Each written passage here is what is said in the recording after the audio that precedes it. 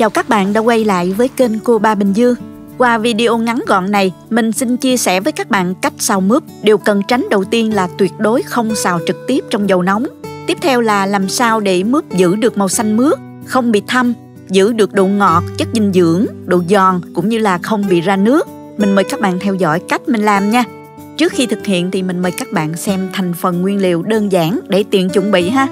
Các bạn cũng có thể tham khảo những dụng cụ nấu ăn mình hay sử dụng dưới phần mô tả của video. Hành lá thì mình cắt nhỏ ra. Món này có hành lá sẽ rất là thơm nha các bạn.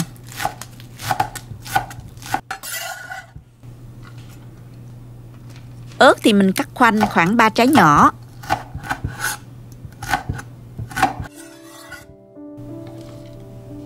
Cắt thêm một củ hành và 2 tép tỏi nữa nha.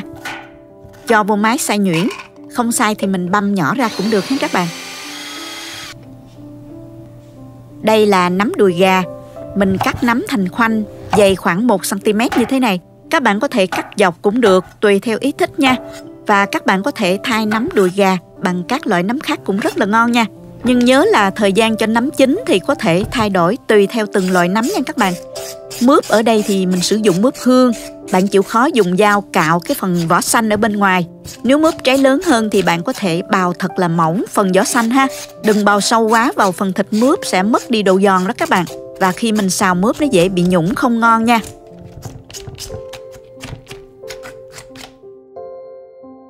Xong rồi mình cho mướp qua rửa trong thau nước có pha một chút muối.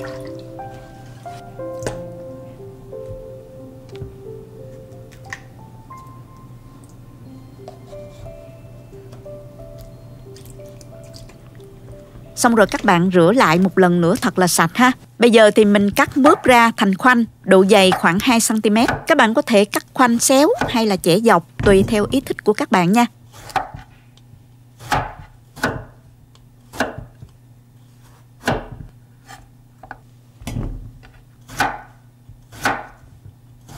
Tất cả nguyên liệu mình đã chuẩn bị xong. Trước khi xào thì mình sẽ hấp phần mướp này nha các bạn. Cho vào mướp 1 muỗng canh dầu ăn. Xóc đều lên.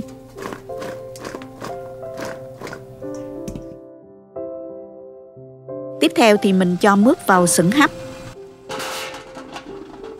Đậy nắp lại. Các bạn hấp trong 3 phút tính từ khi nước sôi ha. Lưu ý là đừng hấp quá lâu mướp sẽ bị nhão không ngon nha. Làm theo cách này á, mướp chín nhưng không bị ra nước. Nhờ vậy mà mướp vẫn giữ được độ giòn, độ ngọt, đồng thời giữ được màu tươi xanh vốn có của mướp đó các bạn. Mướp không bị thâm nè và nhão khi mà mình xào trực tiếp trong chảo dầu nóng như là cách xào truyền thống. Đúng 3 phút rồi, mình tắt bếp, nhấc ra khỏi nồi hấp nha. Tiếp theo thì mình cho vào chảo 1 muỗng canh dầu, cho vào 1 muỗng canh hành tỏi vào phi lên cho thơm nè. Kế đến thì mình cho ớt thì tùy thích nha các bạn. Tiếp tục mình cho nấm vào xào đều lên. Thêm vào 2 muỗng canh nước nữa. Mình xào trong từ 2 đến 3 phút, nấm vừa chín tới là được nha. Sau đó các bạn hạ lửa thật nhỏ và mình nêm vào đây 1 muỗng canh dầu hào, 1 muỗng canh nước tương, 1 muỗng cà phê hạt nêm chai, 1 muỗng cà phê đường.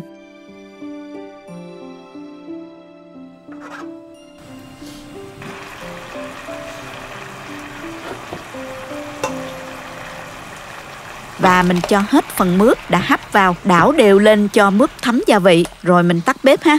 Sau cùng thì mình cho hành lá và tiêu cho thơm nữa nè.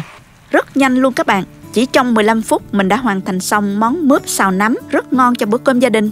Đây là một trong những món xào hấp dẫn để đổi vị cho bữa cơm hàng ngày. Mình dùng với cơm rất là ngon và dễ ăn.